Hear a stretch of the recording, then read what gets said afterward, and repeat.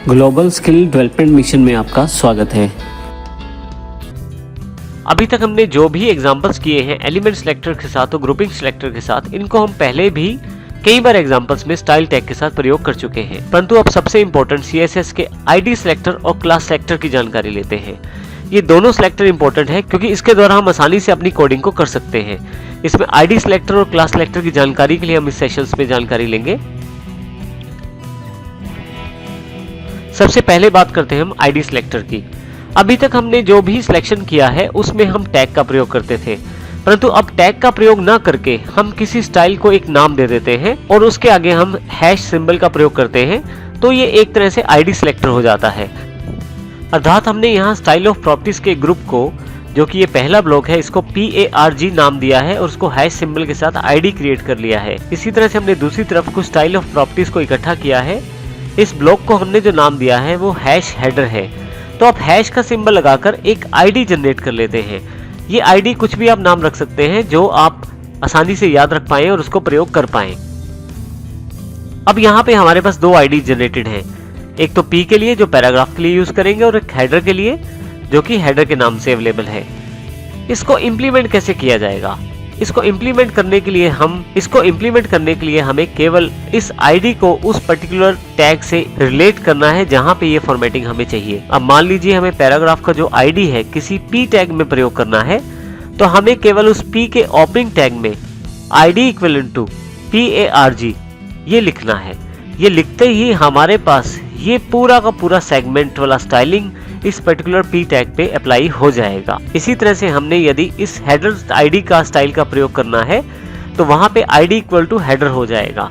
यहाँ important point ये है कि जो भी आईडी सिलेक्टर प्रयोग किए जाते हैं उनको केवल एक बार ही प्रयोग किया जाता है और एक ही एलिमेंट पे प्रयोग किया जाता है, और इस तरह से हम उन आईडीज को प्रयोग करके अपनी फॉर्मेटिंग को सेट कर सकते हैं। प्रैक्टिकल रूप में इसको समझते हैं 51.css.html के रूप में। यहाँ पे हमने 51.css.html फाइल को भी खोल लिया है, दोनों तरफ, ब्राउजर में आउटपुट के लिए और टेक्स्ट एडिटर में हमने इसके सोर्स कोड को देखने के लिए दोनों को आमने सामने खोल लिया है। आइए अब इसकी कोडिंग को समझते हैं। सबसे पहले हम स्टाइल टैग की बात करते हैं जिसको हेड सेगमेंट के अंदर डिफाइन किया गया है। इसमें हमने दो आईडी बनाए हैं, PARG पैराग्राफ के लिए और एक हेडर है जो कि हमने हेडिंग को प्रोवाइड करने के लिए आईडी बनाया है। नाम कुछ भी हो सकता है, आप बस उस नाम का प्रयोग करना आपको जरूरी रहता है। हैश का प्रयोग आईडी क्रिएट करने के लिए किया जाता है और जरूरी ये ध्यान रखिएगा कि इस आईडी को केवल एक बार ही प्रयोग किया जाता है और एक ही एलिमेंट पे प्रयोग किया जाता है। यहाँ पे हमने कुछ स्टाइल्स डिफाइन किए हैं पैराग्राफ के लिए, जिसमें कलर येलो है, टेक्स्ट अलाइनमेंट सेंटर है, फॉन्ट साइज जो है वो 24 पिक्सल, बैकग्राउंड कलर रेड है। इसी तरह से हमारे पास हेडर के लिए भी हमने कुछ डिफाइन किए हैं रूल। आइए अब देखते हैं इसको किस प्रकार आप रिलेट कर सकते हैं पर्टिकुलर टैग के साथ। यहाँ पे हमारे पास P टैग है। यदि मैं यहाँ पे इस पैराग्राफ स्टाइल को प्रयोग करना चाहता हूँ तो मैं आईडी लिखूंगा और उसके आगे इस आईडी को रिलेट कर दूंगा इस पैराग्राफ स्टाइल आईडी से। तो इसके लिए मैं यहाँ पे आईडी लिखूंगा और वैल्यू में मैं उस पर्टिकुलर आईडी का नाम दे दूंगा जिसकी फॉर्मेटिंग मुझे यहाँ अप्लाई करवानी है। तो यहाँ पे देखेंगे कि हमने PARG लिखा है, तो ये सारी फॉर्मेटिंग जो है वो इस P टैग पे अप्लाई हो जाएंगी। और यहाँ पे हमने एग्जाम्पल टेक्स्ट लिख दिया है, this is in paragraph tag, और P टैग को क्लोज कर दिया है। मैं यहाँ इसे सेव कर लेता हूँ और यहाँ पे इसे रिफ्रेश करके देखता हूँ। आप देखेंगे कि ये टैग की सारी प्रॉपर्टीज यहाँ पे इम्प्लीमेंट हो गई है।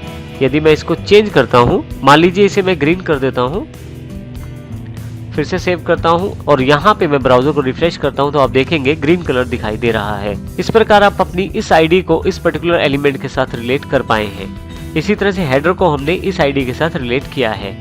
इस प्रकार आप आईडी को प्रयोग कर सकते हैं अपने एलिमेंट्स के साथ और आसानी से अपनी फॉर्मेटिंग को डिसाइड कर सकते हैं। इस फॉर्मेटिंग की सबसे खास बात यह है कि ये किसी टैग आधारित फॉर्मेटिंग नहीं है, ये आईडी आधारित फॉर्मेटिंग है। इसका अर्थ ये हुआ कि मान लीजिए इस P टैग को मैं दोबारा नीचे की तरफ कॉपी कर लेता हूं और यहाँ पे यदि मैं इस फॉर्मेटिंग को नहीं चाहता हूं तो मैं इसे हटा दूंगा और Ctrl+S, फाइनली यहाँ पे रिफ्रेश करूंगा तो यहाँ पे जो P टैग अगले वाला है वो बिना उस प्रॉपर्टी के डिफाइन हुआ है। जब हम एलिमेंट सेलेक्ट करते थे तो सभी P टैग पे एक तरह की फॉर्मेटिंग अप्लाई हो जाती थी,